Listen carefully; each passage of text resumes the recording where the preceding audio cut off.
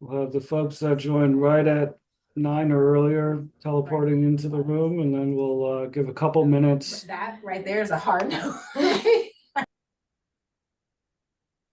A couple minutes to get our day started.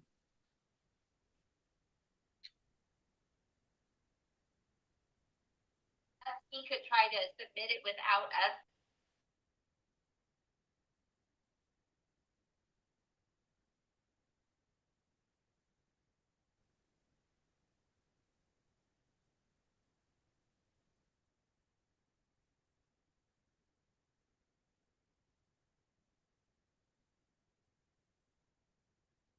So again, good morning, folks. Welcome to the July RAC meeting.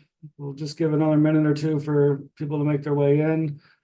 While we're waiting, feel free to rename, which if you want to share pronouns, organizational affiliation, it's always helpful, both for me as a facilitator and then any audience members who may be joining. You can hover over your name, hit the ellipses, and click rename. Thank you for folks that came in prepared and folks that are making the edits. So we'll probably let's give another minute or two, and then we'll make our way into the start, and then we'll welcome folks as they join.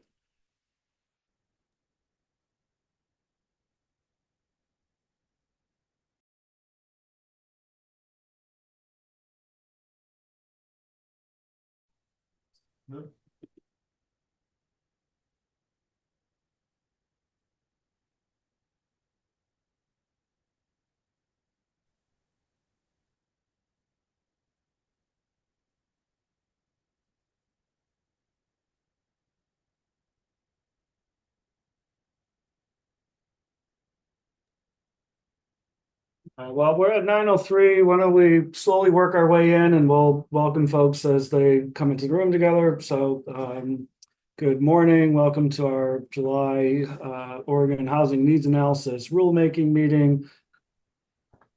Recording in progress. Great to see folks. If you go to next slide. So just a reminder, change name, affiliation. For folks, if you need a reminder, you can click, hover over your box with your image or name. You can go down to rename, to use your name, pronouns if you'd like to share, and your affiliation should be helpful for our purposes today.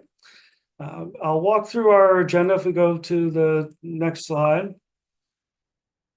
And today really is an opportunity really focused on you all as RAC members getting a depth of understanding of the draft rules. And again, the draft rules, these are drafts. And really the intention today is to both get you a depth of understanding and to understand and get alignment with what you all received in your packet. And so we're going to walk through the draft rules together. You'll get starting today, you'll get some overview remarks from Ethan. Anita, who will be here, who will also be supporting our chat, which I'll name in a minute. But she'll talk about the racial equity framework. Again, something that you should have seen in your packet, but also that we'll embed into some of our conversations later today. You'll get a brief update on the Housing Capacity and Urbanization Technical Advisory Committee update. And then we're going to move into kind of two substantive parts of our agenda. One is a presentation on draft rules, and that will really be an opportunity to really hear from the agency, and a walkthrough around intention and alignment with how and what is being presented as draft. We'll take a short break, and then we'll have a discussion with you all, really with the hope that we're asking questions, where you have the opportunity to share comments. We're going to provide some discussion questions on some of the key racial equity framework questions that still exist. And then we'll close our day with some reflection and next steps. We go next slide. just as a starting point for and a reminder for how we cultivate a productive, constructive space, we'll ask that you really are in a mindset of seeking to learn and understand others' perspectives. As if, you know, as I've said before, you all bring a lot of expertise and wisdom into this room from a variety of different perspectives, and really honoring those and listening to understand that where we maintain respectful, candid, and constructive conversations, that we seek to resolve difference and find common ground, particularly as we're at this really critical junction in the work where you have draft rules. And to the extent that, you know, folks are seeing common ground, that's a really strong endorsement of the direction that DLCD has put forward, and where there's differences, being able to name them, and name them with intention. We certainly ask that, you know, we're creating spaces where you'll have time to be in space with your colleagues to discuss the topics in a group setting and not in isolation, and really to avoid surprises, right? These next few meetings are the opportunities to be raising concerns, to be working to address areas where you still have questions, comments, reflections that could help ultimately land in a set of rules that will best meet the legislative and legislative intent for the work that we've been doing together. As a reminder, you can submit comments to housing.dlcd@dlcd.oregon.gov. If you include in that own a rulemaking rack. And then there's two kind of avenues, one for DLCD staff only, or for public comment that gets part of the broader public comment record. We can go to the next slide. And then what we hope to accomplish today, and then just a bit of a repeat of walking through the agenda, but really that you all will come out of today's meeting with an understanding of the proposals that were put forward and articulated in this first iteration, this first draft of the rules and alternatives, that you have the opportunity, and today we'll create that space in breakout rooms to ask clarifying questions. So as you all have and continue to review the materials, ensuring that you have ongoing space to ask questions, get clarity, and really understand the intent. And then really setting up for our future conversations to be able to offer or solicit input from those in your constituencies, your organizations, and communities to provide feedback, commentary, suggestions, and ultimately, as we move forward, to engage in really robust conversation around these proposed rules, working up to our next meeting in August. And then finally, you know, as you know, it's commending DLCD earlier on some really powerful work around the racial equity framework, and you know, Anita can give us some further commentary on that, but really identify and really ensure that we're consistently looking for and incorporating the racial equity framework in our rules, deliberations, and discussions. So that's what we hope to and expect to walk away with as we leave today. You can go to the next slide.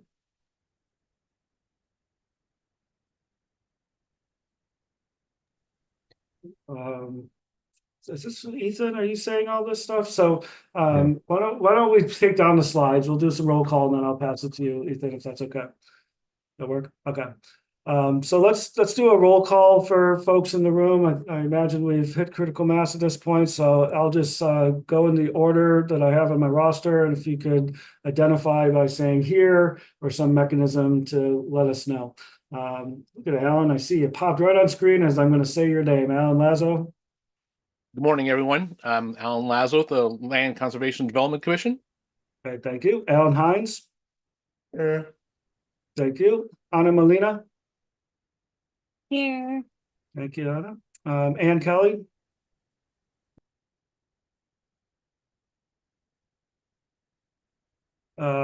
Becky Baxter. Present. Ben Gerwitz. Here. Thank you. Beth Parker Hidalgo. Present. Brandon Persinger.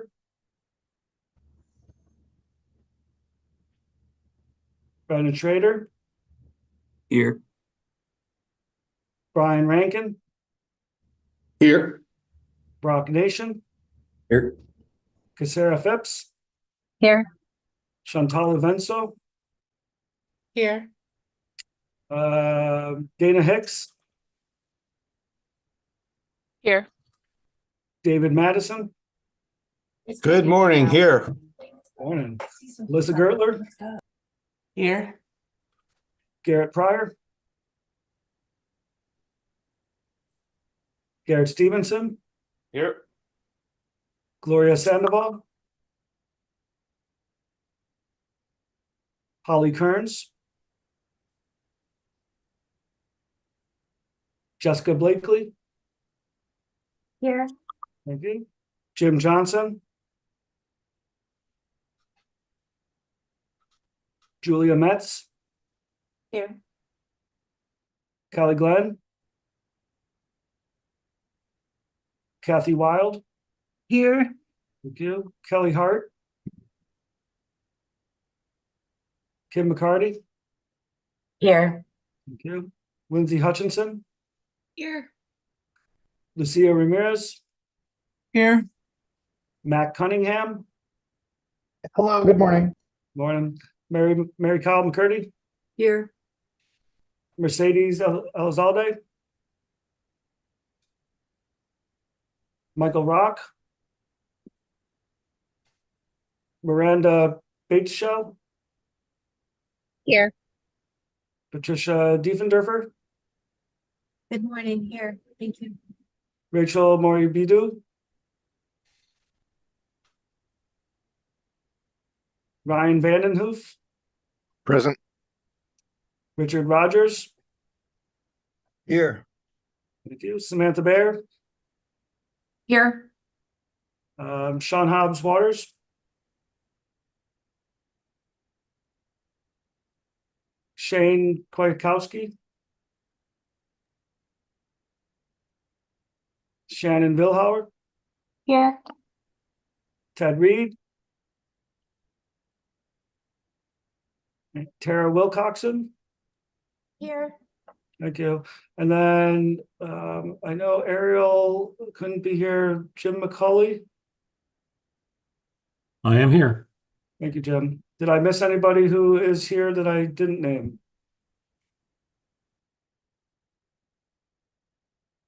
Okay, great. And Ingrid team will keep an eye out if folks join late that weren't here for a roll call. So thank you, everyone. With that, Ethan, love to pass it to you.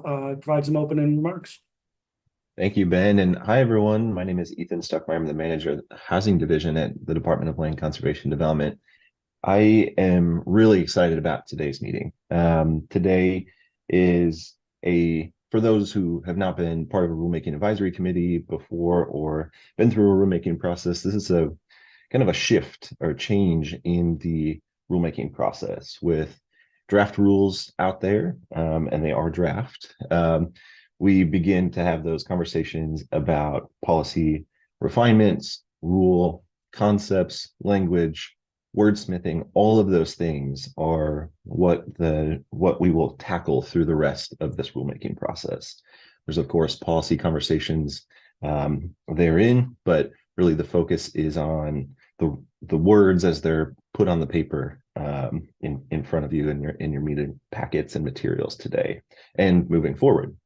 This is also a moment I think of just to kind of acknowledge the moment that we're in and give a moment of thanks and appreciation to the project team to get to this point. And want to call out Madi, Celestina, Sean, and Thea in particular for their work over the last couple months to get to this point, and with their commitment to being responsive to the things that they've heard from you all in this room and from their technical advisory committees, from one-on-one conversations that they've had in implementing the legislative intent here. So, with that, I want to kind of point through a couple of the goals here. Really today is and I apologize for this, a lot of this is going to be information out to you. We're going to have a lot of overviewing of the rules, discussing what's in the drafts, talk about the policy intents that DLCD is striving for here in those draft rules. And really the purpose of the reason why we're approaching the meeting today in that manner is so that when we come back together on August 7th at our next Rulemaking Advisory Committee, you all have a full understanding, at least walking out of this meeting with an understanding, or that's the hope, with an understanding of the proposals as they're articulated in the draft rules. So that on August 7th, we can come in and talk about those concerns, comments, feedback, questions that you have in more detail. And you all can, between now and then, August 7th, have those discussions internally, do your own review of the drafts, come up with your own red lines and comments, and come to that August 7th meeting with, those big questions that you have on the rules.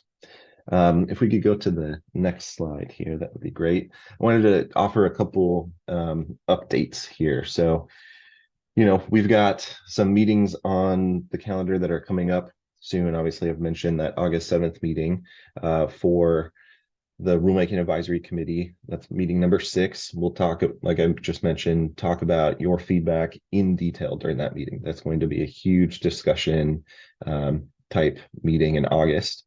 In September, we'll likely come back with a next iteration of the rules informed based on those discussion topics at the August 7th meeting. We'll also review some of the required elements of a state agency rulemaking process. These are the impact statements. These are the agency's articulation of the impacts as we see them of these rules. And so there'll be lots of kind of new material to review at the September 5th meeting. Again, that August 7th meeting is focused really on discussion on the draft proposals in front of you today. I wanted to touch a little bit on some of the engagement efforts that the team is working on here. So, in addition to all of the things that we've discussed in the engagement summary memo that was included in your packet, there's more things that are forthcoming in terms of ensuring that we're hearing the concepts and the important elements from not only the Rulemaking Advisory Committee, but other members of the public and of communities across Oregon. So we've got some regional conversations. These are really like practitioner, local government type folks, discussions across the state. Those are scheduled for July and August. And then we'll also hold some community-led conversations led by some Rulemaking Advisory Committee members in this room to have discussions in their own communities about not only the Oregon Housing Needs Analysis, but housing policy in general. So that's what's kind of upcoming in terms of engagement. There's also a ton of other one-on-one conversations that we're likely to have, and kind of one-off, DLCD attending a planning commission meeting or whatever that, however that manifests. But those are the major ones planned. I do want to call out one other item here before I hand it over to Anita, which is the interim needed housing allocation methodology. So this is another element of the ONA program that is jointly led by OHCS, the Oregon Housing Community Services Department, and DLCD, that is informing or providing recommendations to inform DAS's, the Department of Administrative Services, methodology for needed housing allocations across the state. And so that'll be published today or tomorrow, very in short order here. And the public comment period for that interim methodology will be open, I believe, until August 17th or the 18th. I will have to double check that, but I'll put that note in the chat here when I can confirm which is that close the public comment period. But if folks do have questions, and I encourage the folks, particularly on the Rulemaking Advisory Committee, to kind of review that and pay attention to that methodology. It's an important part of the ONA program.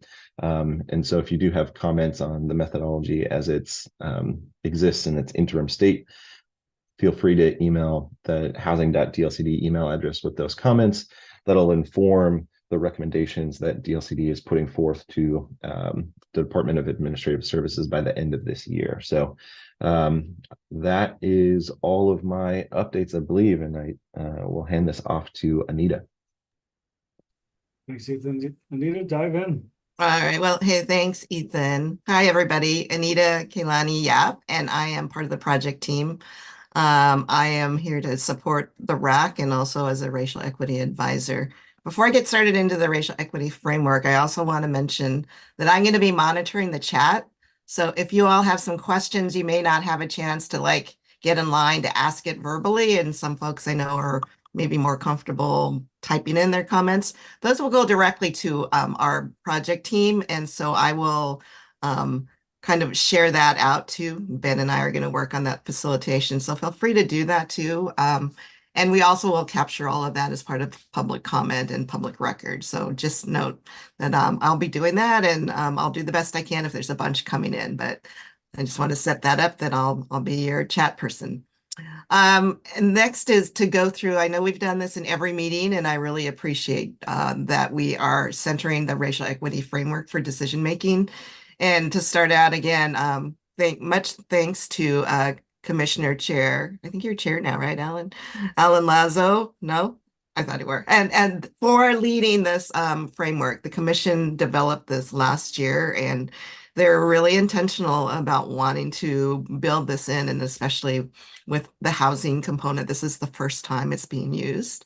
And so they really want to hear from the RAC and other folks. And so the framework that we have here with these different 8 categories are, Vice Chair, I think, are really important for us to be thinking about. So what I want to say, you saw the memo in your packet. I want to thank the NAPTAC and the HowTAC too for their thoughtful comments and recommendations. So this is for RAC discussion because not everybody's in those meetings, but they're really thoughtful. There's a lot of questions that are still need some development. So the DLCD staff will be putting those out and having some further discussion for your feedback. I think in particular, as you know, some of these are new for cities to do. Looking at benefit and burdens and historical inequities as part of the work is new. I know we do a lot of other planning work, so there's some good questions about how to go about that. Accountability, and in particular, restorative justice is a concept that is evolving, and I know the commission really wanted to better understand opportunities, even if they're not within the jurisdiction and purview of local governments or the state. There's a lot of emerging kind of voluntary and supportive types of work going on with restorative justice. And so there'll be some more discussion about that. In particular, decision making is really built in with folks that are most impacted by housing insecurity. So there's going to be some discussion about how to do that. You know, as myself as a practicing planner, engaging with houseless folks is a newer type of component for general planners. So I think there'll be some really, we'd love to hear more ideas about how to support doing that. And measuring and evaluating outcomes in particular, as you saw in there, there's audits, and we really want the RAC to provide some guidance and feedback to DLCD because, you know, some of the cities are going to be held accountable, but there's also support from the rest of you that are engaged with this on how to do that in the best way possible to make sure that things are happening as intended by the rules here. So with that, I think I will see if there's any questions and then hand it over to probably to Karen to talk about housing, the contact. Let's pause. Just any questions on what Anita just reflected, or any clarifying questions for Ethan? Big picture.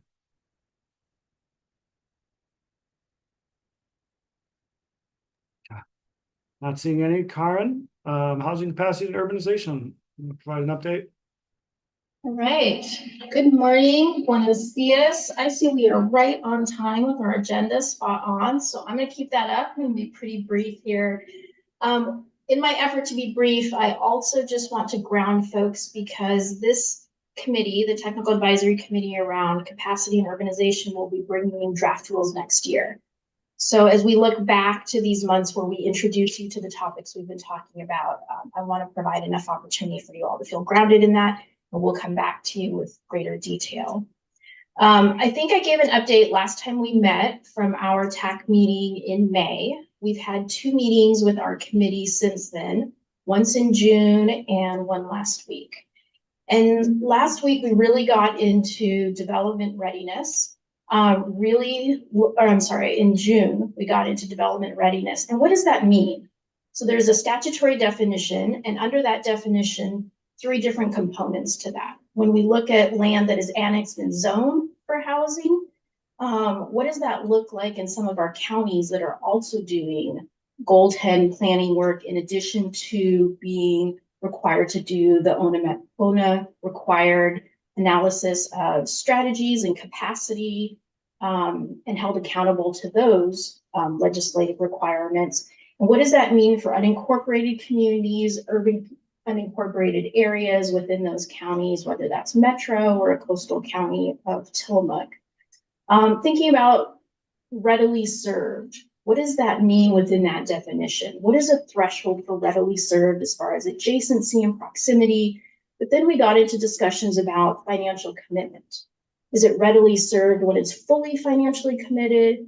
Partially, what does that look like for full construction costs versus design?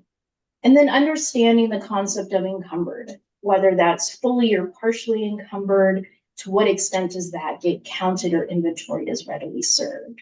So that's where we started with as we looked at development readiness. Our second conversation, we can move to that next slide. So last week we continued the conversation and looked at how does a local government, whether that's a city or a county, really facilitate development readiness in their community? What does that analysis look like to determine how and where and to what level of sufficiency they have for development readiness? What is the role of a public facility plan, a capital improvement plan? And then when and how do they fund for major infrastructure projects? How do they do that planning with their decision makers and their council? How do they present and how do they find support within their communities to support the financing of this type of infrastructure and the projects that are needed? And then in light of major projects, there's also a need for evaluating what potential there is in infill, and not just what zoning capacity a community might have, but what infrastructure capacity they might have to say upzone or provide greater density within their urban growth boundary, and particularly some of their city centers and other neighborhood nodes.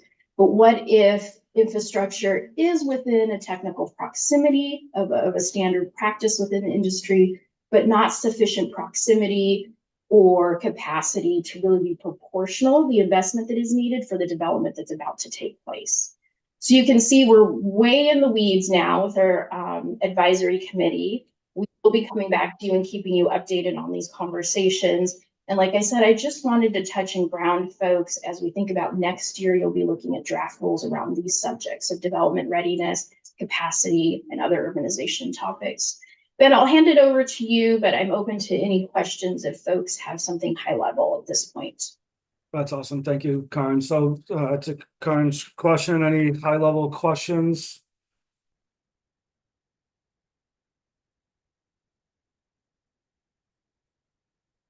Folks are saving all their question energy for the draft rules breakouts, I think, going forward. So before I pass it over to,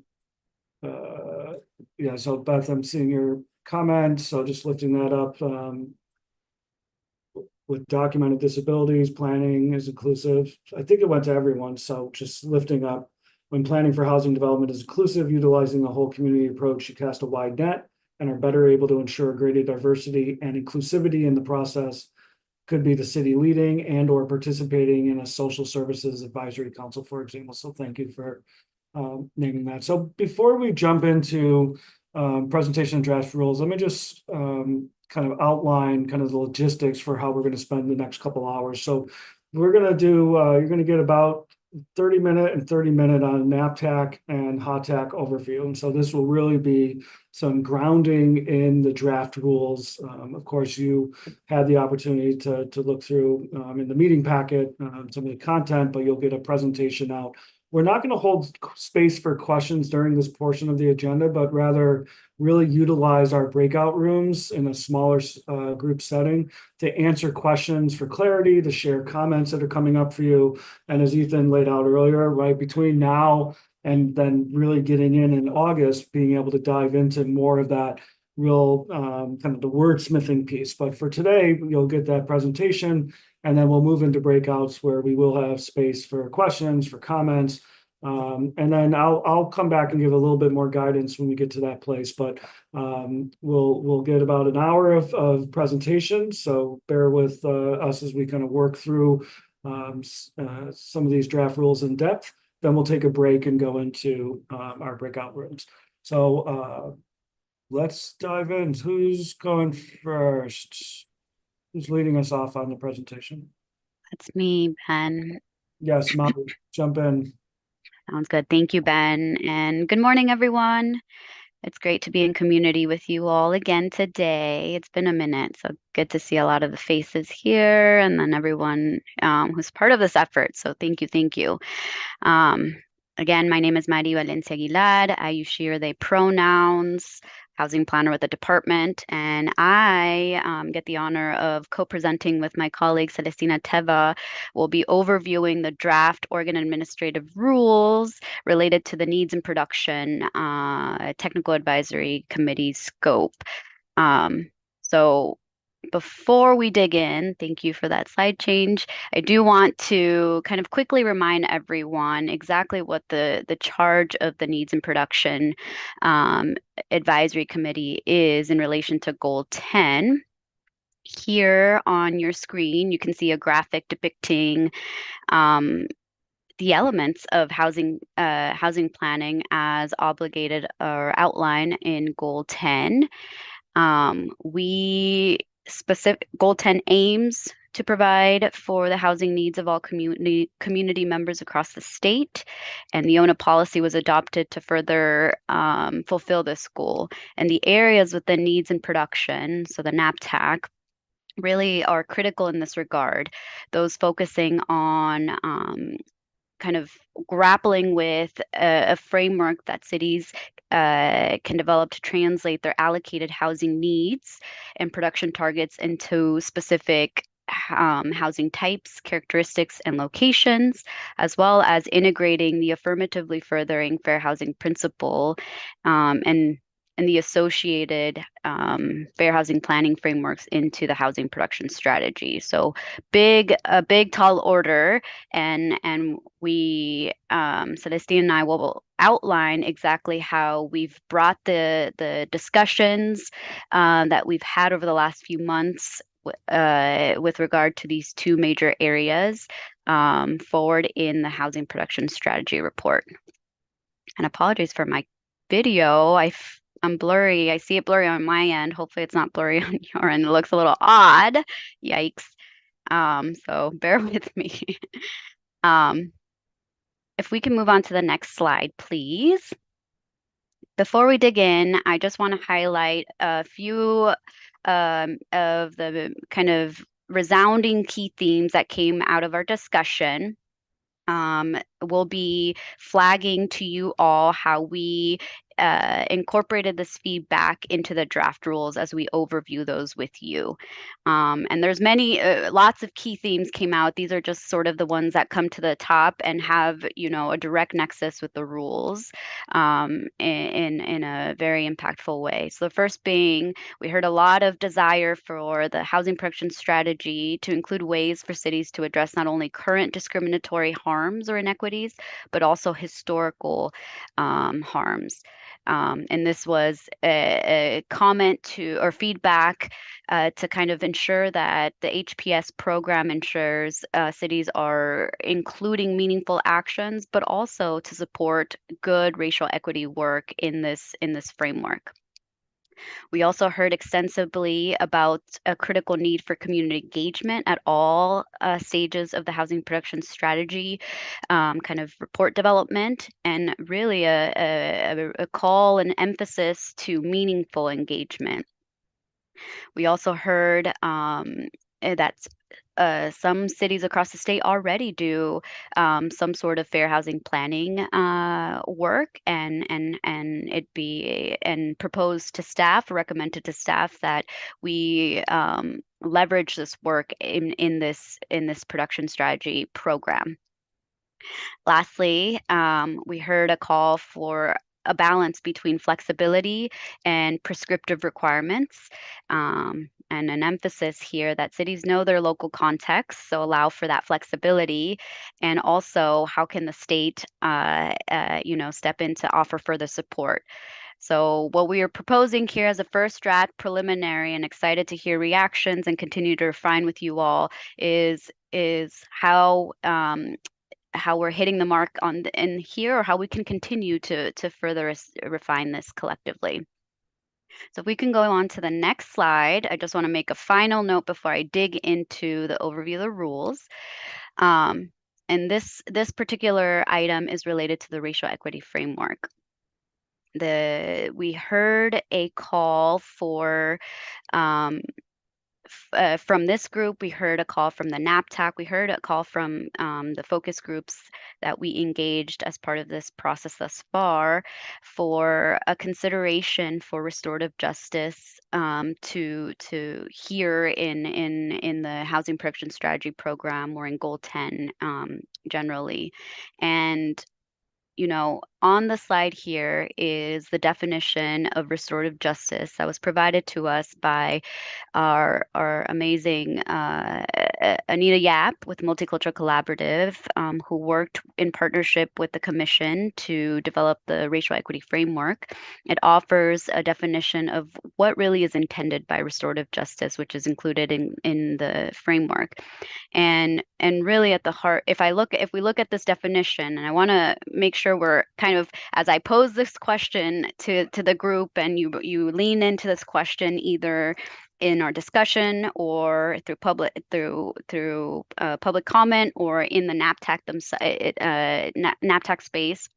Just want to ensure we have a common understanding that if we're making this call, we understand exactly what restorative justice means, and how, and thinking in that frame to see how we could operationalize this in the Goal 10 framework. So with this definition, it's our understanding that true restorative justice would enable folks who have been harmed to identify and address the harms through the development of their own actions to mitigate those harms.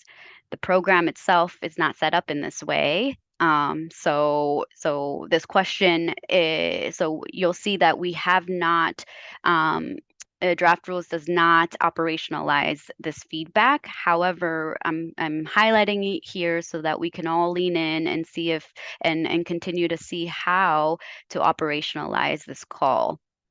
So please bring your thoughts forward in the discussion, public comment, and in the NAPTAC. So with that, I am going to dig in to the draft rules. So if we can go to the next slide, please. Starting off with the purpose and definitions.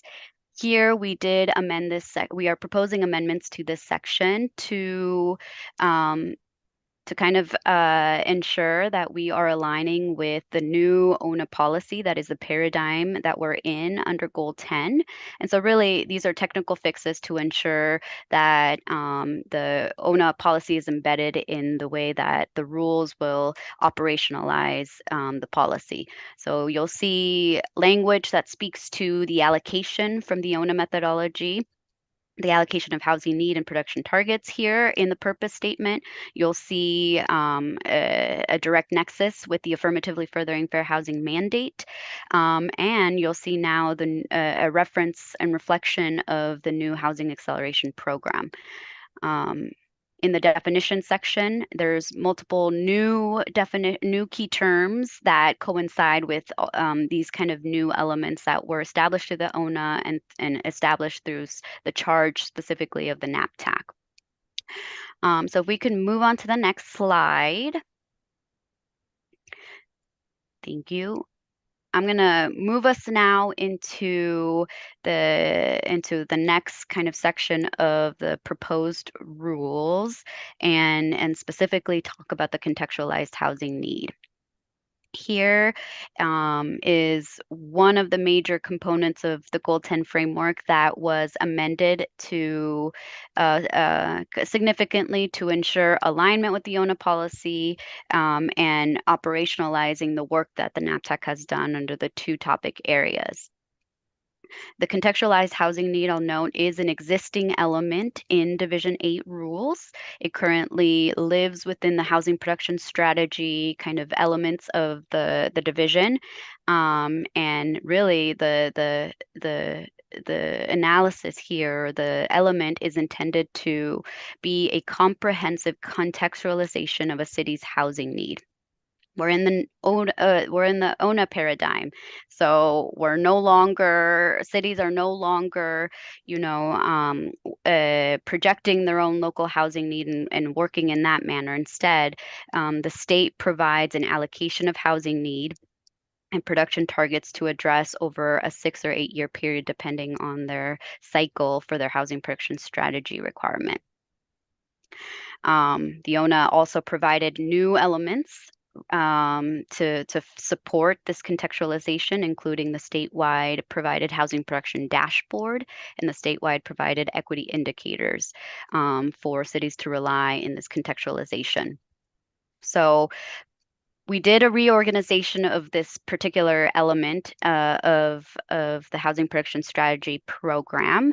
And I'm going to walk us through that reorganization. But before, I do want to flag that I mentioned that this contextualized housing needs element, it currently lives within the HPS section of the rules in the Division 8. And as we staff kind of stepped back to think about the ONA policy and the charge and the way housing planning operates, the rules propose a pulling out the contextualized housing need out of the housing production strategy rules into its own section in Division 8.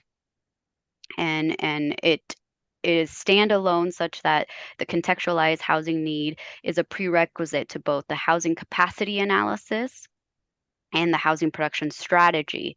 Of course, this is, draft proposal. So again, a call to really lean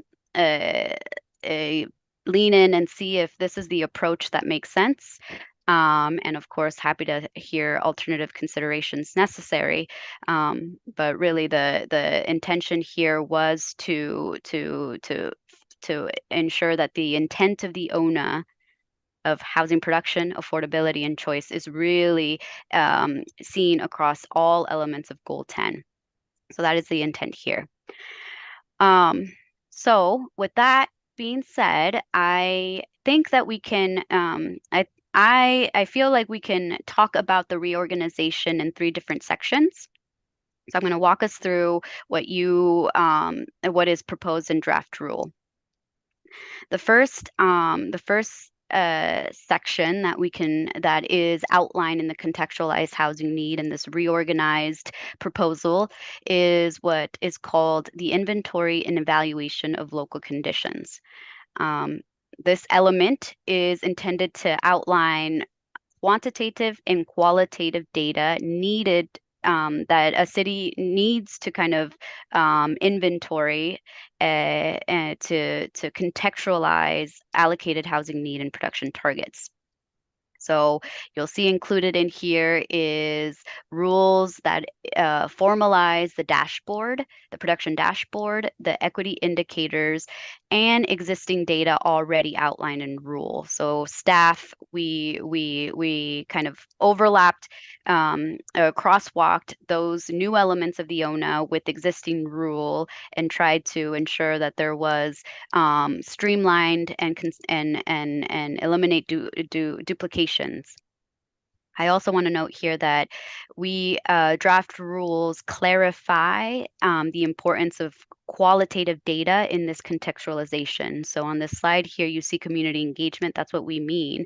And local governments, will be across the state or, have lots of community engagement to lean on. So pass to further contextualize, or if not, the option to maybe conduct new community engagement to further contextualize the need is also on the part of the rules here. We also are working with a consultant group, including Anita Yap and Not Studio Multicultural Collaborative, to develop an equitable engagement toolkit. This is a resource to further support local governments in conducting meaningful engagement. And again, here just a call that this is emphasizing what we heard from you all as it relates to community engagement. The final piece that I'll note here with regards to the inventory is the additional proposed requirement of a historical discriminatory housing policy analysis, which includes a geographic mapping element. I mentioned earlier in my feedback that we heard a call for the cities to grapple with past harms and how they manifest in existing kind of inequities, and so this is really that effort to operationalize that.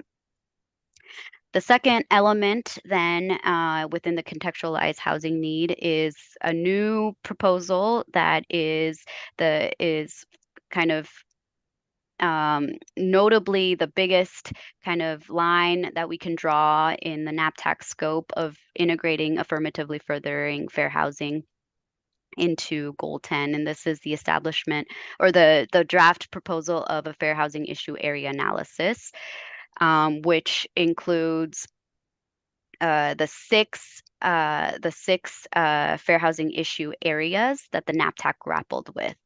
So here, the inventory, so as cities are, pulling quantitative and qualitative data, that data informs the fair housing issue area analysis across the 6 different fair housing issue areas that you see here on the slide. I will note that as staff kind of crosswalk the equity indicators with the fair housing issue areas that the NAPTAC grappled with, and in our attempt to kind of identify overlap and gaps, we felt that there was one fair housing issue area that you all saw in the previous RAC meeting and that the NAPTAC grappled with in a May meeting that was along the lines of geographic patterns of integration and segregation and the relationship to patterns of affluence and poverty. There's currently in the list of equity indicators in ORS 456602E specifically calls out housing segregation by race and income.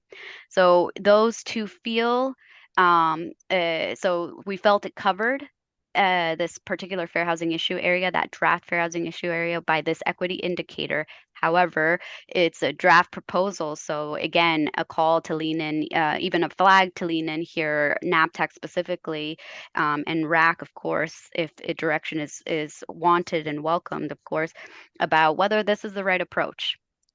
So that's draft proposal. If we move on to the next slide, please, is the third element of the contextualized housing need. And this is a new element, doesn't exist currently in draft rule, but really is around, okay, you've gathered all your data. You've done this fair housing issue analysis across these fair housing issue areas. And so what? This particular section is a findings and conclusions. So cities really the proposed rule outlines a requirement for cities to describe exactly what those conclusions from the analysis are. So the fair housing issues that exist in a community and exactly the housing types, the characteristics and locations needed to remedy or mitigate those fair housing issue areas. If we can move on to the next slide, I think that's it for that one. This final slide here for me kind of wraps up the elements of the contextualized housing need by flagging that the rules also offer opportunity for local governments or flexibility for local governments to dig into additional data. Existing rules currently have additional data that either didn't get rolled up into the data coming from the dashboard or the dashboards or all the other elements included in that inventory. And so this particular other data section is cities can enable cities that flexibility to bring that forward in this contextualization, specifically around redevelopment rates that impact preservation of existing affordable market rate units and data to refine housing need for people experiencing homelessness. Lastly, I'll note again, I mentioned it earlier, is the contextualized housing need now clarifies exactly the importance of qualitative data in contextualization. And so we've included kind of the draft proposed rules around engagement, which is its own section, and Celestina will kind of talk about that in the housing production strategy structure. But again, it's reinforced in the contextualized housing need component of the housing production strategy to kind of elevate the importance of qualitative data. Sometimes that quantitative data doesn't tell us all. So here is an opportunity, and sometimes the data for cities is not is not the best. So qualitative data can kind of fill in those gaps. Okay, with that, I'm going to hand it over to my colleague Celestina to kind of finish us off on the draft rules. Thank you so much, Maddie. We can hop on to the next slide, which is the last section. Well, it's a different section, but related to the contextualized housing need, which is this idea of a safe harbor for doing the work of translating the needed housing allocation and the housing production targets into housing types, characteristics, and locations. So this is one of the nuggets, I might say, of these draft rules and really of this work that, as Maddie mentioned, we have a few that we're calling out for additional input in particular, and this is one of them. Because the desire and the challenge in developing a safe harbor that can be universally applicable across the state without diluting the intention of this very localized and responsive program didn't offer a whole lot. That challenge didn't offer us a whole lot of solutions. So ultimately, what we've included in draft rule is a safe harbor for housing type mix translation, but no safe harbor currently proposed for the translation to housing characteristics and locations. So I'll talk a little bit about what we do have on the table for consideration and feedback related to a potential housing type mix safe harbor, and then I will add a couple of other notes around the characteristics and locations challenges.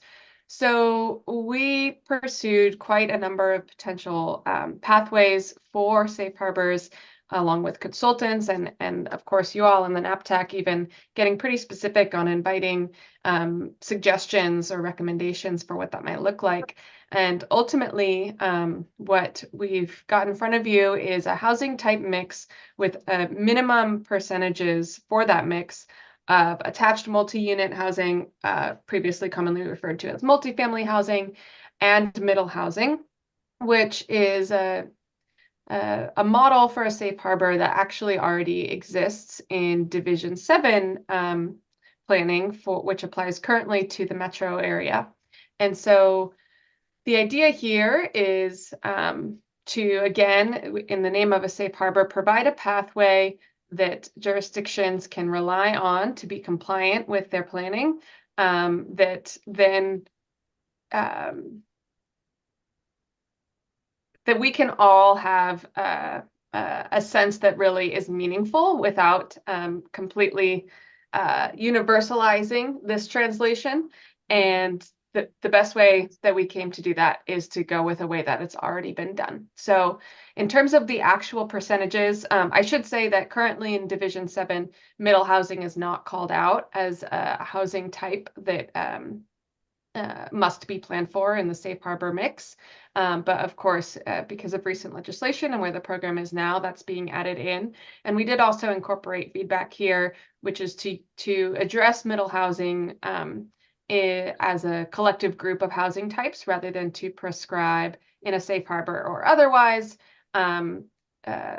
housing type mix or housing type translation to specific middle housing types like cottage clusters or townhouses or things like that. So the percentages that are proposed here are related to what we see in existing housing type mixes, particularly at the lower affordability ranges at the regional level across the state. So happy to dig in more there once we do some Q&A and to hear from you all more on that. That's just the high level. To touch back for just a moment on characteristics and locations. For the most part, the only promising pathway we might have if we wanted to dig into a safe harbor for characteristics at the moment, pending more input from you all, would be if there are some characteristics that we know that all jurisdictions need to plan for to the most extent necessary. And one of the characteristics that has been pitched in that way and that we've considered in that regard is accessible housing, physically accessible, hearing and audio accessible, but universal design sort of orientation, and the concept that all, for the most part, almost all or all households would benefit from being able to live in an accessible home. So that's a nugget for you all to think about and come back to us on. And locations, we don't quite have anything to put on the table to chew on further on that, although we do have some other notes that we may get into when we're more in the technical weeds. So next slide, please. So with that, we get into the housing production strategy itself. So the contextualized housing need is establishing that need from the housing production target into a set of housing types, characteristics, and locations that the jurisdiction is planning for. And then we have the actual planning for that. So here we have... sorry. Okay? Yeah. We have an emphasis on a few things that already existed in the program, but wanted to clarify based on feedback received from a number of interested parties that this really is a citywide program. So interdepartmental collaboration at the city level itself is both encouraged and really actually required. And just overviews all of the components of the housing production strategy, including engagement. So Mari mentioned engagement earlier with regard to the contextualized housing need, and also mentioned how other engagement could be utilized. By that I mean engagement for other housing programming could be utilized to inform that contextualization of the housing need.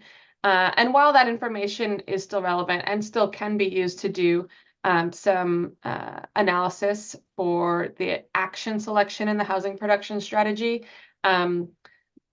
additional engagement specific to what actions are we committing to as a jurisdiction must be completed as part of the housing production strategy, which is how the rules are currently written as well. But just to clarify that in this case, even if there is existing engagement from related programming, this selection of actions is so critical that it needs customized engagement. And because of this nuance of quite a big scope of work and different needs for engagement, we again encourage jurisdictions to review to that equitable engagement toolkit that will be released in the not too far future. So with that, let's go to the next slide. Okay, we've got the actions to meet current and future housing needs. So I will flag here a little bit of a language change you'll see, which is that the housing production strategy is what we've previously called the Housing Production Strategy Report, and the actions are what we were calling strategies previously. And this is to align with how the statute is written, and also just to offer some clarification. So you'll see the term action is used instead.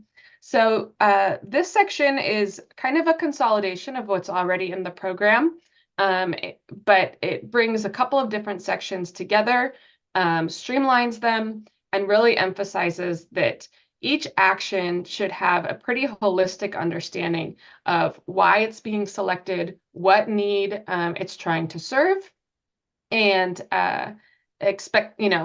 expected magnitude of impact, income brackets. So really pulling all of these pieces together on an action by action basis. And currently in the program, we have a lot of that, and we also have some of these elements more in the overarching review of the report. But and some of that is also carried through, but we really wanted to continue to hone in on this specificity and responsiveness that we've heard from both the RAC and the TAC. I will not go through all of these bullet points, but they are here for your review. Next slide, please. This one is quick. We did not make many amendments to the section of the rule about the department's review of the housing production strategy. There was a little bit of statutory alignment and a little bit of simplification in a portion of the rule related to what requirements is the department reviewing to, and we just made it self-referential back to the requirements in the previous portion of the rule. Next slide, please. This is a note for a particular flag for additional feedback as well. And again, we are welcoming and interested in feedback across any and all of these rules, but we have a few flags here for you. And this is the housing coordination strategy. So we do have some specific conversations lined up to dig into this a little bit more, but the housing coordination strategy is a new deliverable that was introduced with the Oregon Housing Needs Analysis bills. And it states that regional governments other than Metro, including counties or other or intergovernmental entities, may adopt a housing coordination strategy as provided in this section, and Metro must adopt a housing coordination strategy as provided in this section. So we are continuing to unpack how much additional rule how much rule in addition to the statute is really necessary, and exactly how we can frame that such that both those rules can support Metro in the housing coordination strategy that they must produce, and also leave the door open for counties or other intergovernmental entities to be able to plug into those rules without having any conflicts with the way that the rules are written.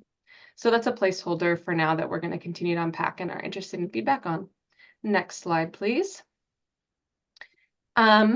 Midpoint report. So one of the items here worth noting is that the word midpoint doesn't exist in the current rule. So we've added the word midpoint because we've been using it colloquially. And this is that kind of progress report that already exists in the rule.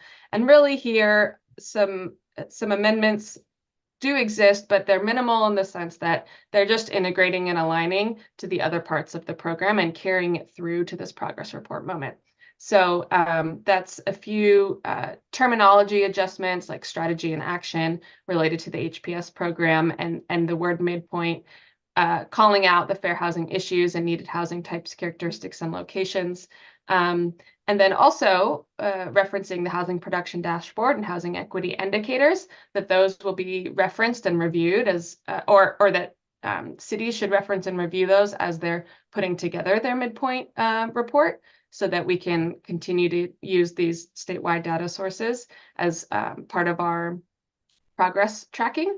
And then a reference to the Housing Acceleration Program with a specific added date that the review of the midpoint reports will result in a department-issued letter provided by July 1st for all midpoint reports that are submitted by December 31st of the previous year.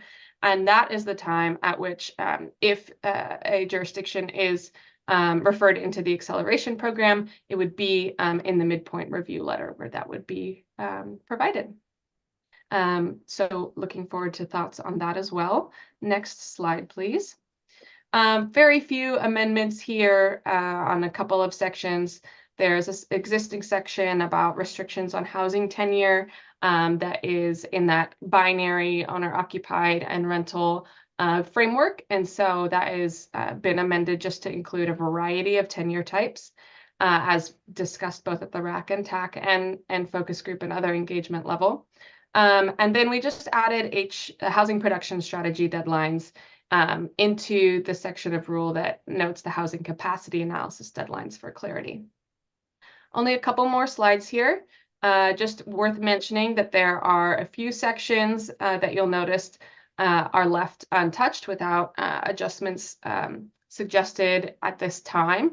There are a few sections that we expect the Capacity and Urbanization Technical Advisory Committee and rules with you all at the RAC level to pursue more and dig into next year. And so those are listed here.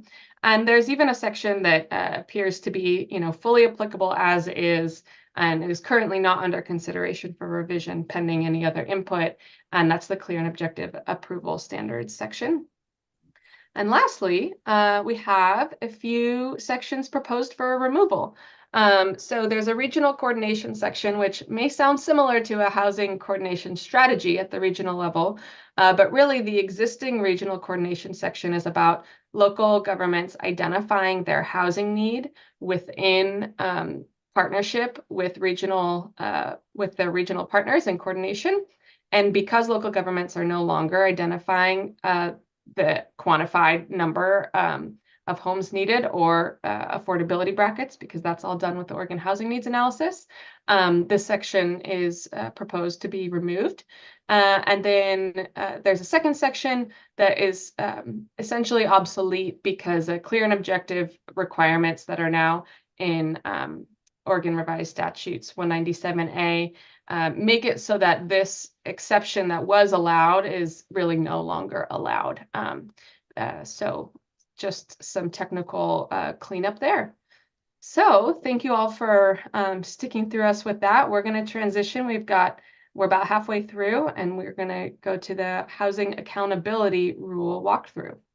Okay, thanks. And just as a reminder, we're going to hold our questions until we get into breakouts. So Sean, are you kicking us off for this? Actually, Thea is, yeah. Oh, Yeah. sorry. All right, Thea, lead the way. Thanks, Ben. Hi, everybody. Thea Croman. I'm a housing planner with the department. It's really nice to be here with you all again.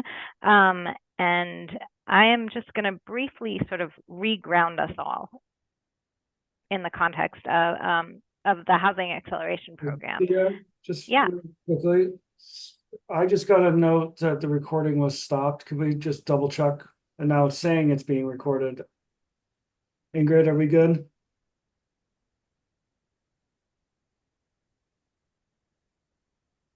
Oh, Ingrid might have gotten kicked off. Okay. Dropped off. Meeting's being recorded and live streamed up top. Recording in progress. All right, Thea, jump back then. Sorry. All right, no worries. So just back to where we're at. Just regrounding us all in the context for the Housing Acceleration Program and reminding us that it comes to us from statute in ORS 197A.130.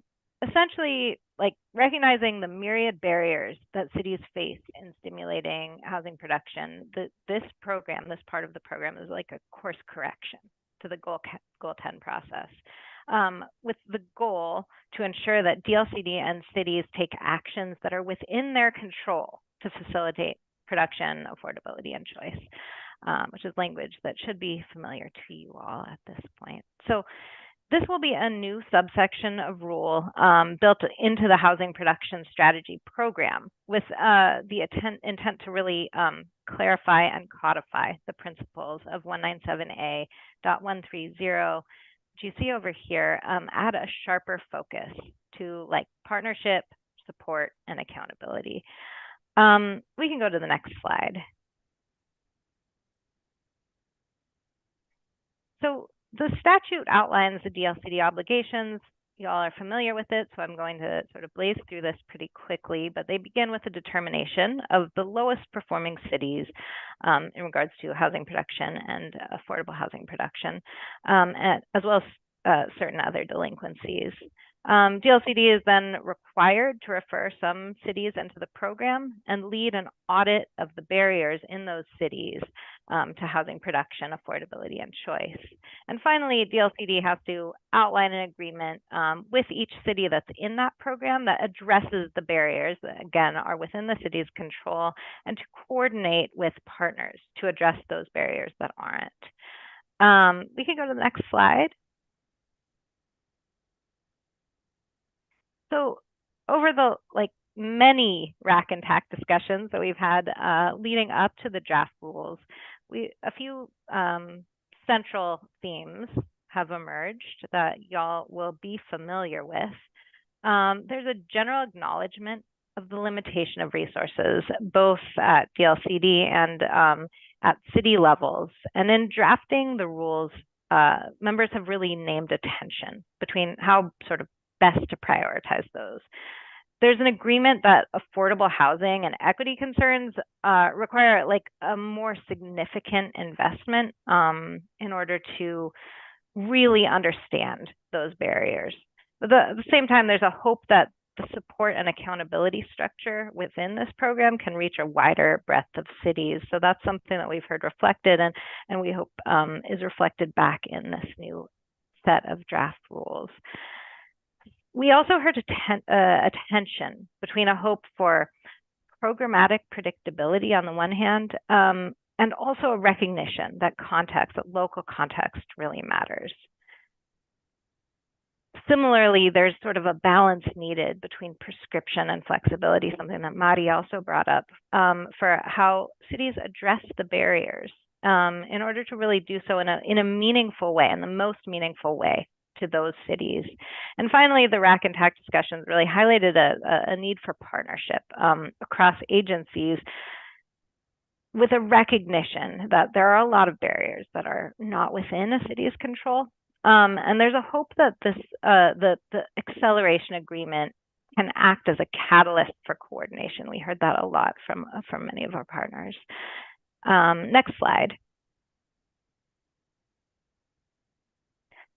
So as Anita mentioned, the racial equity framework has really been a critical tool in how in this whole process, guiding each discussion that we've had and each decision point. And you'll have seen that we reflect on the potential implications of this work pretty deeply in a memo that you received in your packet, but I wanted to draw out a few themes that were particularly significant in the conversation around accountability. The HPS program intends to address historical inequities in housing, which you heard from the NAPTAC folks. And the acceleration program is intended to ensure that the actions toward equitable outcomes are actually taken. So that's how we see that connection coming through. The housing acceleration program relies heavily on data.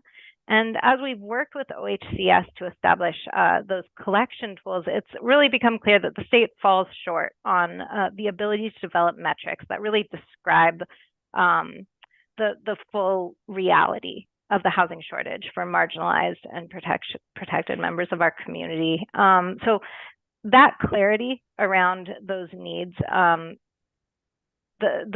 these needs are going to inform the rules that we develop, and also sort of targeted investment and action going forward.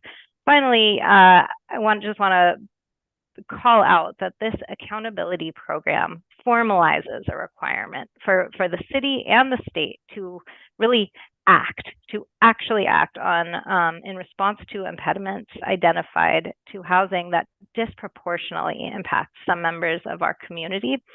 And you will see those connections in the draft rules that Sean's going to walk you through. And I think that with that, I can just hand it off to you, Sean, to take us the rest of the way. Awesome. Thanks, Thea. Yeah. So if we can move. Yeah, perfect. Thank you. So I'm going to be walking through just the individual components of the draft rules. A couple of things I want to mention kind of at the outset. Something I'm going to be emphasizing in this presentation is brevity over detail. So One of the things I'll emphasize is that the materials, we dive into a lot of detail about precisely how the rules function and what DLCD staff is trying to respond to in this initial draft. The second thing I'll emphasize, we wrote this with the expectation that it's going to take discussion and refinement and change. So keep that in mind as we're talking about this. It's really a first draft. And then the third thing, you'll notice that there's a 0x00. That's just a placeholder, right? We have to assign rules numbers by the end of this. We know that there's a lot of stuff happening on the NAPTAC side, which will require some reorganization. So we don't want to finalize a number and then have to change it later. So we have this as a placeholder so that way folks can reference it. So with that, I'll dive into kind of diving through the individual sections to describe how the rule functions. I'll start with the purpose statement, right? This is a kind of a nesting doll purpose statement that is intended to kind of fit within the broader Goal 10 purpose statement. And it's really just about operationalizing the Housing Acceleration Program under ORS 197A.130, right? It's a very simple statement, and I won't spend a lot of time on it. So let's move on to the next slide. All right, once we actually get into the substance of the rule, we have to start by defining how we refer cities into the Housing Acceleration Program. And statute really has 4 pathways, as Thea has mentioned. One is for failure to adopt a housing production strategy by the deadline. Another is failure to undertake actions in a housing production strategy by the deadline in the HPS. A third is LCDC referral, which we actually don't propose a rule on because LCDC can tell us what to do and how to approach a referral. And then the last one is for underperformance. Now, the first two that I'm going to touch on are on HPS adoption and undertaking HPS actions. And as we've discussed previously in previous meetings, we actually have existing rules on adoption of an HPS and undertaking actions in an HPS that are currently, we have a framework established that we established through a previous rulemaking process. Of course, we can discuss and refine these, but one of the things that we wanted to emphasize is focusing on other kind of major policy areas, new policy areas. And these rules would be based on those existing frameworks, but they'd be amended to incorporate the referral process in line with the statute. And so essentially those two, if we look at the left here, HPS adoption, this is something that we have an existing rule on. And pretty much what it does is it provides cities kind of a series of options for flexibility on the deadline. And in the rule, we kind of propose all the same tools that we utilize today to provide cities flexibility on the deadline for adopting a housing production strategy. But what we incorporate is the statutory requirement where if a city fails to adopt their HPS by the deadline, they don't take any of the flexibility options that are provided. We are required by law to refer them into the Housing Acceleration Program. And what we specify in the rule is that we're going to focus on, well, why didn't you? What are the barriers? Do you have city staff capacity issues? Is there a funding barrier? And then essentially, the whole point of the agreement is that we'll get to HPS adoption through this process. The one on the right here, undertaking HPS actions, this one's a little bit more nuanced because the original rule wanted to acknowledge that some cities in a housing production strategy are going to be very ambitious. They're going to include a lot of different actions that they can take and, because they're trying to be proactive to address housing. But by doing that, they're more likely to miss one, right? And so what we tried to balance in the original rule was to say, hey, what we want to incentivize cities to be proactive and to take a lot of actions in their housing production strategy. So what we're going to focus on is ensuring that the needs that are identified are being addressed through city action. And essentially this rule kind of keeps that same spirit in place, but it includes the referral process as a formal way to determine that. So similar to HPS adoption, it includes options for deadline flexibility. These are the same tools that we utilize today. But for cities that kind of fail to undertake actions, essentially DLCD is going to use the midpoint process as a check-in to say, all right, what actions have you maybe not adopted in your housing production strategy as you're supposed to? And then essentially what we do is we do a referral process where we evaluate, okay, so based on the actions that the city didn't undertake, well, let's consider what housing needs they were supposed to address. Are there other actions the city is taking to address those needs? And let's consider, by not adopting this action, is there an outstanding housing need that we need to address in order to, respond to that housing need? And if so, we should do something about it. So really, this is just kind of a narrow process focused on those actions that were failed to be undertaken. And of course, because this happens at the midpoint, if we have a performance-based referral, we want to consolidate it with that process so that way we're not doing two competing processes at the same time. Let's move to the next slide. All right, this was a major piece that we talked about, the performance-based referral. One of the things that we're trying to balance in this rule is we've heard from the, both the RAC and the TAC that we need to emphasize both predictability, right? Local governments need to be able to predict the referral process and to make sure that those expectations are very clear, but at the same time that we need to also emphasize a local government's context. What's going on? What's the nuance that's happening at the local level? And to try to resolve this kind of tension that we've heard is that we're going to prioritize predictability in the referral process and then prioritize context in the audit process, right? And I'll kind of talk a little bit about both of those in these next couple of slides. So essentially the performance-based referral, it kind of minimizes discretion for DLCD staff, and it really minimizes that discretion to determining how many resources we have to conduct audits, and then how we prioritize cities for actual referral into the performance-based track. And there's kind of 4 steps to this. The first one is that we determine the maximum number of audits that we are able to conduct based on our capacity and funding. We consider staff capacity, how much funding we have, what's the capacity of OHCS to conduct, be able to participate with us. Do we have any competing legislation, right, that takes capacity and funding to implement? And then we determine the maximum number of audits that we're able to conduct, right? Recognizing we don't have capacity and funding, the audits don't happen. The second one is that we start out with an objective threshold for referral eligibility. And the idea here is that, it casts a relatively wide net, but that net is clear, it's objective, and not every city that is kind of determined in that eligibility is going to actually be referred, but it makes them eligible for referral. And we set that threshold as essentially missing the housing production target and performing below the 50th percentile for either total production or affordable housing production. The third step is that and this is something that we expect for a lot of discussion and refinement, is that we want to also incentivize cities to be proactive, to take actions to address need and to improve outcomes, right? And so one of the things that we propose for discussion is circumstances where we remove cities from consideration if they're doing things that are proactive on housing. One is acceleration. So if cities can demonstrate that they're improving the amount of production over time, right? So they're accelerating production. The next one is previous referral. So if a city has been previously referred into the Housing Acceleration Program, they need time to course correct. So we want to incentivize that. And then the third one is this idea of adoption of specified best practices. Now, these don't exist yet, but one of the things that we've heard is that we need to develop a bunch of adoption-ready policies. And so if we want to incentivize kind of proactive actions to, facilitating housing production, this is intended to achieve that. And then lastly, once we have kind of all of that done, we have a series of eligible cities at the kind of midpoint. We prioritize, right? We have this total amount of audits that we can do, and we're going to prioritize really based on 2 things. How bad is underproduction for total and affordable housing? And where does equity intersect with these, right? So pretty limited in terms of our discretion in terms of performance, except really on just prioritizing resources. Let's move to the next slide. All right, when we get into the audit process, and you'll notice this rule is the absolute longest of all of the rules that we propose, and that's because this is where we're considering all of the context and nuance that happens at the local level in consideration of the barriers that happen. And I'm not going to dive into all the details about this, but we establish a process by which we gather information, right? We get information from the city, we open an opportunity for public comment.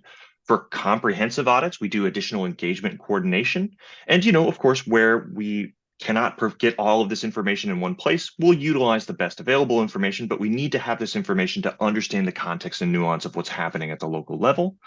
And then we have this published audit, right, that is supposed to be an identification of specific barriers, and we want to consider all the factors that go into those barriers. What are the market factors? What are kind of local dynamics that are happening? Regional dynamics, state dynamics? Are there state policies and programs that can help, address a barrier?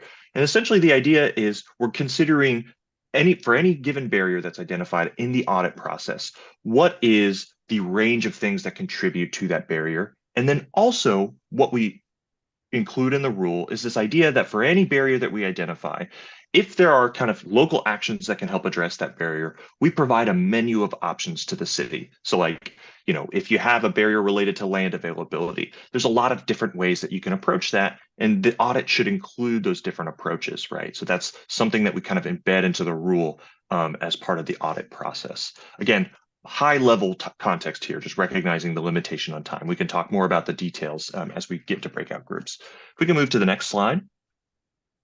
One of the things that we wanted to emphasize, right, that theme of prioritizing limited staff capacity and resources is this idea that we're going to divide audits between comprehensive audits and standard audits. And really the basic difference between these, right, for all cities, we are going to be looking at the HPS midpoint review to determine, all right, are we undertaking actions? Are we doing the things that we're supposed to do? We have to do this by law for all cities. But then for cities that are referred into the Housing Acceleration Program, there's this next level, standard audits. And this is the idea that for audits that we're conducting, there's this base level that is outlined in the statute that we have to conduct. It includes opportunity for public comment. It includes specific lists of issues. And we're going to make sure that we meet all of those baseline statutory requirements with this standard audit. And then for the comprehensive audit, this is recognizing that we want to dedicate resources and capacity towards focusing on issues that require a lot of context and nuance, especially affordable housing and equity, right, where you need that additional context.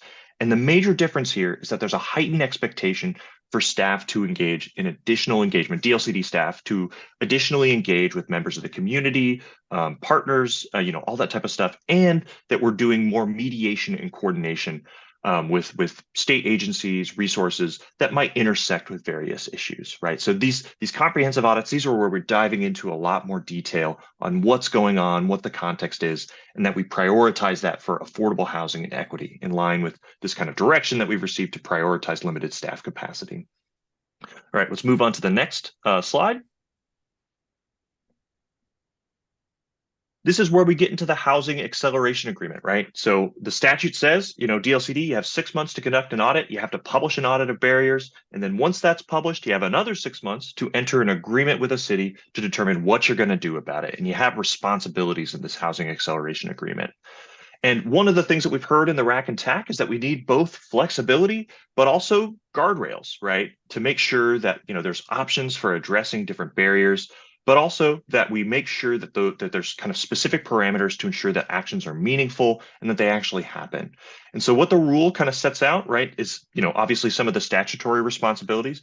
DLCD has responsibilities to provide funding, assistance, coordination necessary for the implementation of actions in a housing acceleration agreement. But then cities also have responsibilities too, to take actions within their control to address barriers, which, as I mentioned previously, the audit includes some options for the city to consider, right? So the audit says, all right, there's option A, option B, option C. Each of these can address the identified barrier that's found in the audit. And then, of course, the city can also propose alternative actions, right? Provided there's a demonstration that it's proportional, it can address the same barrier on kind of an equivalent basis to other actions that are identified in the audit. And the basic idea is that that provides flexibility to kind of choose the course of action, but then the agreement itself includes specific actions, parameters by which those actions are implemented, and of course, very importantly, deadlines, right? That actions are going to be taken within a certain period of time. And that also gets us into our next slide, which is another important kind of decision point that we expect to take additional refinement, which is this idea that we have to decide whether a barrier or action is within the direct control of a city or not. This is something that the statute requires us to distinguish, right? Because there are policies and practices that are directly within a city's control and that aren't, right? And the statute kind of divides it into two pathways. If it is, there is this requirement for expedited action. Following the housing acceleration agreement, that city has to amend their housing production strategy within 6 months. They have to implement actions within 1 year of that, right? And there's kind of this broad range of potential actions that are on the table that city might need to implement. But if not, there still is a requirement to address it, but they do that in the next housing production strategy. And they adopt findings saying, hey, we've seen these barriers and this is how we're approaching it in our housing production strategy. And so we need to have this kind of distinction between these two pathways. And one of the things that we heard in talking with the TAC especially is that we really want to minimize discretion in this. We want to make this a very straightforward determination and especially minimize trying to understand the intent of a local government. And so what we did is, and again, this first draft proposes, is 3 pretty much straightforward criteria The first one is that the city has jurisdictional control over the issue, right? Like if there's an action that's implemented, they have control over it, right? So you wouldn't want to say, for example, if water infrastructure is handled by a special district, you know, that would be an example of something that's outside of that city's control. The second one is that the city has reasonably sufficient capacity for implementation with DLCD support and funding, right? So if we provide them funding, they would have the capacity to be able to reasonably implement any particular action that's identified in the audit process. And then finally, DLCD ourselves, we have the sufficient capacity and funding to actually support that city's implementation. So it's not an unfunded mandate, right? We actually have the resources to be able to support that city to, undertake any particular actions. But if it meets those three criteria, then it is a barrier that is a consequence of the policies or practices that are directly within a city's control. And again, we're open to discussing and refining. We know that this is, going to be subject to a lot of refinement as we continue on. All right, if we can move to the next section. And this is the last section of rule that we have, and this is on enforcement. So what the statute requires is for an LCDC enforcement order for failure to either enter or abide the terms of a housing acceleration agreement. So we've done the audit, we've established the agreement with the parameters and the deadlines. Well, what if we don't either enter that agreement or abide the terms of that agreement? And what the statute says is, you have to do eventually an LCDC enforcement order, but we also want you to emphasize escalating enforcement. And so what this rule does, it essentially provides kind of this final off ramp where if we, have this housing acceleration agreement in place and, or we don't, and we see that there's a delinquency here. Essentially what the rule requires is for DLCD to provide a notice of delinquency for that city and provides this kind of opportunity, this last chance to kind of remedy that issue and come back into conformance with the housing acceleration agreement consistent with statute. And it provides both an option for 90 days to just remedy the issue outright, or 30 days to kind of request mediation with DLCD. We can figure out, are there resources that are needed? Are there parameters that are needed to essentially help that city come back into conformance with the housing acceleration agreement? But if not, if no action's taken in 90 days, DLCD has to proceed with an LCDC issued enforcement order as required under statute, right? So this kind of process, the process itself is not required in the statute, but the intent here is to provide this kind of final chance or a final off ramp before we have to kind of move into the more enforcement oriented actions. And then once we get into the LCDC enforcement order, really the statutes kind of take over, and then LCDC has these different tools that they can use to kind of require compliance with the housing acceleration agreement. All right, so with that in mind, again, very high level overview. We're excited to get in the weeds and talk through with everybody, but I'll kind of hand it back to our facilitators to kind of talk about next steps. Great. Well, thanks, team. We're going to jump into a break, but before we do so, just a reminder, when we come back, we'll be moving into breakout rooms. And again, this really is a time to ask questions for clarity, to start identifying through some of your comments and reflections the discussions that we'll be needing to have as these rules kind of move from draft to proposed. And so let's take, it's 10:32, let's take 10 minutes. And then when we come back, I'll remind us what we're going to do. We'll put the questions up on the screen, and then we'll send you into breakouts. And how we'll do it is two kind of 30-minute, give or take, conversations where the facilitator teams and the staff teams will shift, but you all won't have to move. So let's, well, now it's 10:33. Let's come back at 10:43, take 10, and we'll see you soon. Thanks.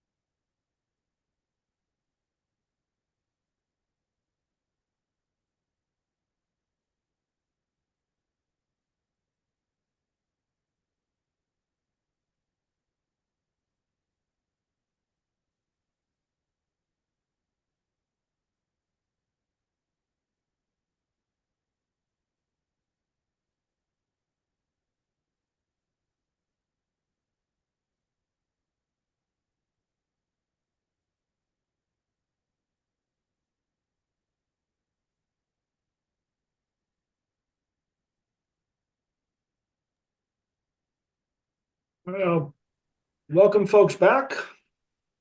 As promised, 10:43. So folks can put a thumbs up, hands up, camera on, some indication that you're back in the room. That would be great. Okay, perfect. So we're gonna send folks into breakouts. So again, I'll just give a little bit of logistics before we go. So we're gonna have two conversations around the NAPTAC and HOTAC draft rules that you all just got a high level overview of, and of course was shared in your packet. So there's several multiple hopes for these conversations. One, that you have the opportunity and hopefully folks identified some questions you might have. So questions for clarity, really want to leave today's conversation with a strong baseline understanding of kind of the draft rules as they've been put forward. And I see your comment around YouTube viewers able to see breakouts. I don't have an answer for where audience will be directed. DLCD, can you help me respond to that question? So if folks are in the audience, can we live stream one of them? Anita, you have a hand up. Maybe you have a. My experience with this is that it won't be able to be live streamed unless there's folks who stay in the main room, and that's where that could be, I think, live streamed with Ingrid at the controls. So in the past in other groups, we've had just a break for folks who are being on YouTube because we are going to be in separate breakout rooms. And then when we gather back in the main room, that's when the live stream will be available. Great, thank you. Ethan? Yeah, and the breakout rooms individually will be recorded for record keeping and are available. Okay. Great. So I think for folks that are in the audience, hopefully you caught that there'll be basically a break while we're in the breakout rooms. We will reconvene and reflect back some of the high level learnings. And then as Ethan just named, the breakout rooms each are being recorded, so they will be available for public access. Thank you for that question, Anne. And sorry, I didn't know the answer explicitly.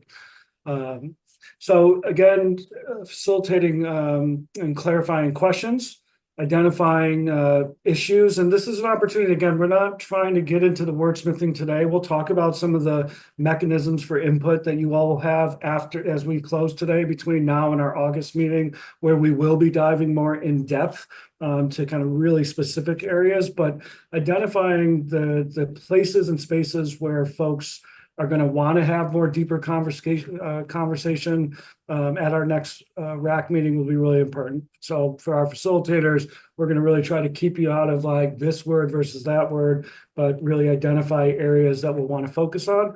And then we have some questions that we'd love for folks to provide some input and reflection on relative to the racial equity framework. So if we go to the next slide, we're going to preview the questions that we'll use. So what we'll be posing in the breakout rooms for these conversations, and you'll have a facilitator, note taker, and agency staff present. What questions do you have? So just time for clarity, intent, understanding, and based on your understanding of what you've heard and what you've reviewed, are there topics or issue areas that we should be focusing on in our future RAC conversations as these draft rules are refined? And then finally, really posing some very intentional questions relative to the racial equity framework. So particularly around these kind of four bucket areas around benefits and burdens. So how can DLCD support cities in determining and evaluating unintended consequences, how to address inequities, and what role, and many of you represent this, can community advocates, home builders, developers play in support of cities. for decision-making, what should future guidance or support for racial equity in local government decision-making include? And considering, framework tailored to cities or development of resources, other ideas that you all might have to ensure that local governments are actualizing racial equity. Restorative justice, I know Marty's brought this up a number of times in the conversations that have occurred around some of the ideas to codify restorative justice into housing production strategy rules, and what could that look like for cities, and what types of support or research or engagement should be done to advance that. And then finally, accountability. So how could members of the RAC support DLCD in the proposed audit process, requiring enhanced engagement with members of the community who are facing suboptimal housing outcomes? So we will repost these in the chat in our breakout rooms, but hopefully that gives you some grounding for the conversation we're going to have. Any questions before we jump into about the breakout rooms around around the structure? Okay, not seeing any. Ingrid's going to do some magic, and we're going to go into our breakout rooms. Again, folks, RAC members, you will not be switching rooms, but your facilitators and staff teams will be moving from room to room. And Anita, just any other comments around the racial equity framework or your role? I'll be floating between the rooms, so there's a lot of questions there, so I encourage you to write these out too if you have additional comments to share, because this will really help the LCD staff in the rules. Perfect. Thank you. Okay, we'll see you in about an hour, folks. Thanks.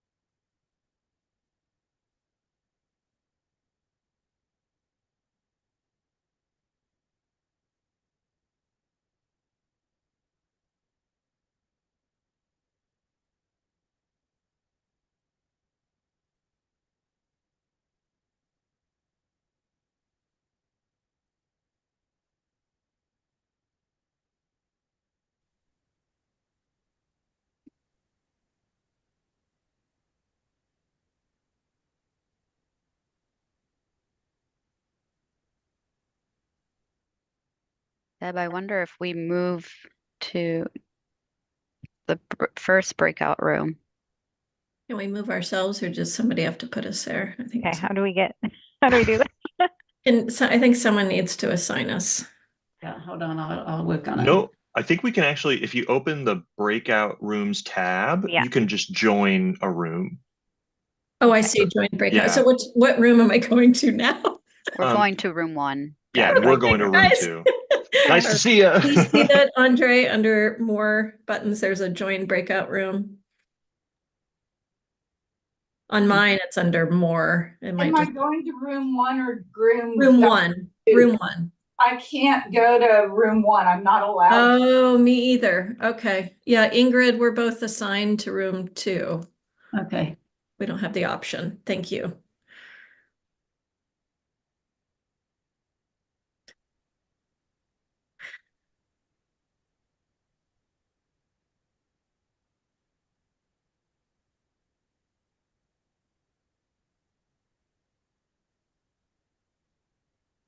Ah, yes. We got it now. Thank you. Nope, I'm still, oh, there we go. Okay. Bye.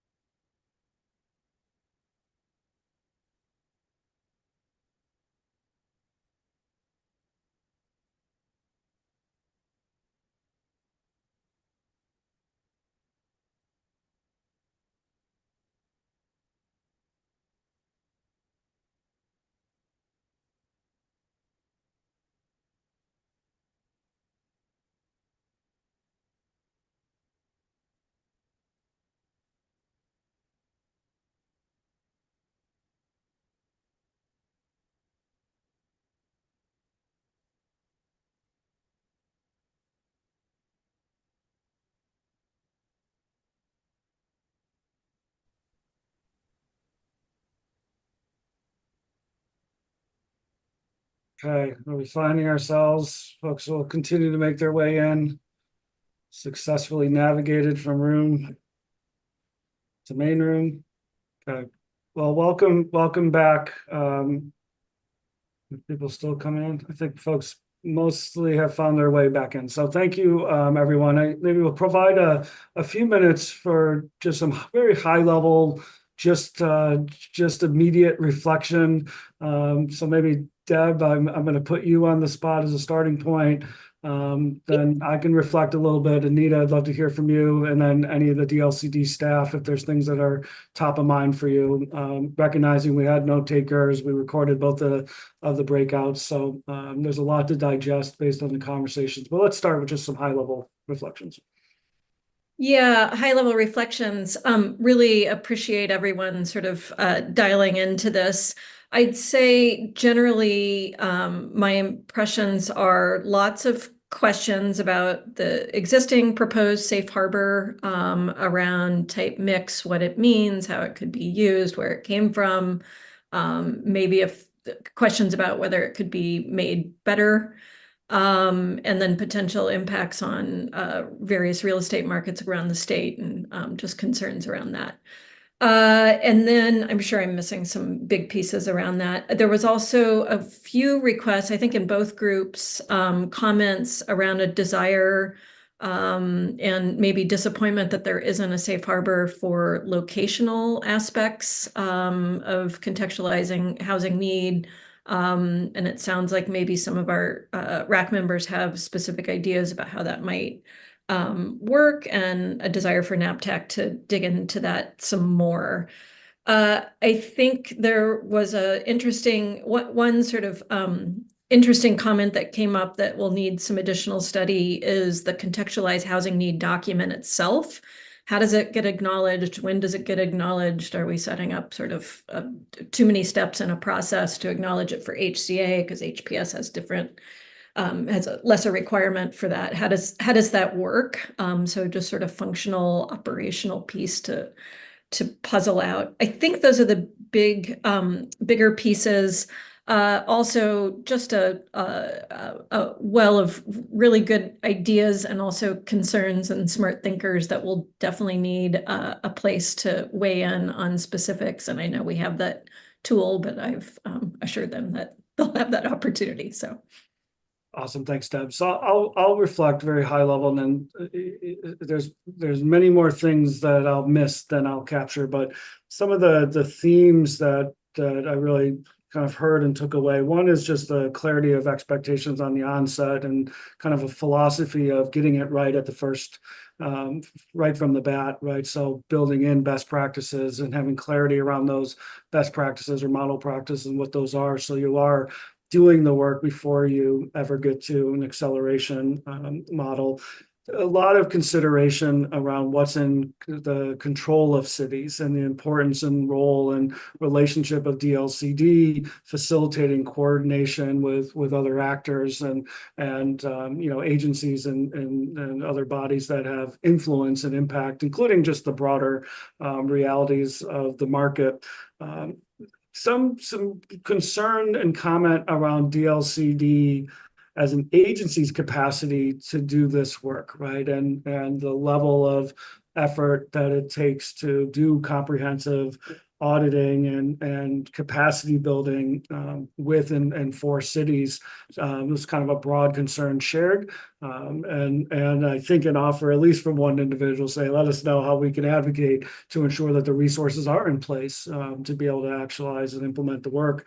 One of several tensions just around the requirements and need, and certainly populations with disabilities being one of those examples where some of the policy requirements may be in tension with the actual need of communities on the ground, and just naming that tension and thinking about the ways that policy and rules can speak to that. And then finally, just as we think about the racial equity framework and many of the opportunities for engagement, just really challenging systematically around how communities that have been impacted or excluded or kind of harmed by the lack of access to housing are positioned from a power and decision-making standpoint to influence and impact decisions.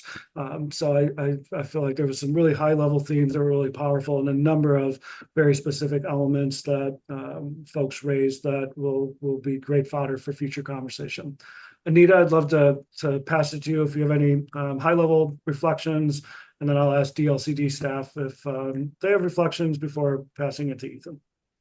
Thanks, Ben, and thanks everybody on the rack. You all did really great homework and gave some really thoughtful and productive feedback. So I got to kind of hop between the groups and listen to what you were talking about. We didn't get as much to a lot of the racial equity questions because there's a lot of detail on just content, which is great. So I really would encourage you all RAC members to take those questions and provide some feedback because these are also technical requirements in the rules. And so any sort of support or ideas that you can provide to DLCD on this rulemaking would be super helpful. I think one theme that I really loved, and I, handed to Commissioner Lazo about really thinking about how the systems are impacting communities that need the most housing. And so what does that look like for decision making? How does engagement work? I think it was Anne mentioned about not only looking at concentrations of poverty, but looking at concentrations of wealth and providing opportunity within those types of neighborhoods where folks aren't allowed, which is, as you all know, politically is a big one, but I think it's really important to be thinking about that. So a lot of benefits and burdens and auditing questions too, which is important. So please provide that advisory kind of feedback in your comments. And then we're also going to be working on this equitable engagement toolkit, which has components. So I also have some really good comments that I'm going to make sure that we include in the toolkit that we're working on. Awesome. Thanks, Anita. So Marty, Celestina, Sean, Thea, any high-level reflections? Are we going to mention that we are assigning the RAC homework? Yes, I'm going to pass it to Ethan to give us all the next step details. Awesome. But any reflections first, Marty? Yeah. Yeah, happy to jump in. Well, first of all, much appreciation to everyone here. It was very, you all came prepared, and that was exciting to see. So appreciate you all leaning in, digging in, and excited to continue to refine with you all. I think I'll leave it there, knowing that we have some next steps that Ethan can walk us through. But yeah, just continued appreciation for the discussion and lots for us to think about and chew on already. So thank you. Thanks, Marty. Thea? Yeah, I'll just add real quick, again, reiterate the appreciation for all your attention to this. And also that we really hear the need to make sure that these pieces that we're working on kind of as separate pieces are connected all the way through, and that will absolutely be a focus in the next the next iteration of the rule writing.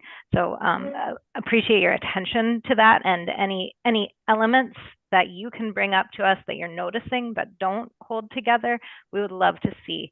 But just want to reflect back. Thanks for naming that, Thea. That certainly was a theme. All right, Ethan, close us out, please. All right. Thanks, Ben. Thanks, everyone. I guess doubling, tripling, quadrupling down on the appreciation for your all's attention to this important conversation. And in the spirit of continuing that, like Sean's mentioning, homework for Rulemaking Advisory Committee members is to continue to, chew and noodle on those draft proposals, either, just individually or with the folks in your organization's constituents, and come to the August 7th meeting with either commentary and feedback so that you can share in that meeting in terms of discussion. There's also going to be, once we...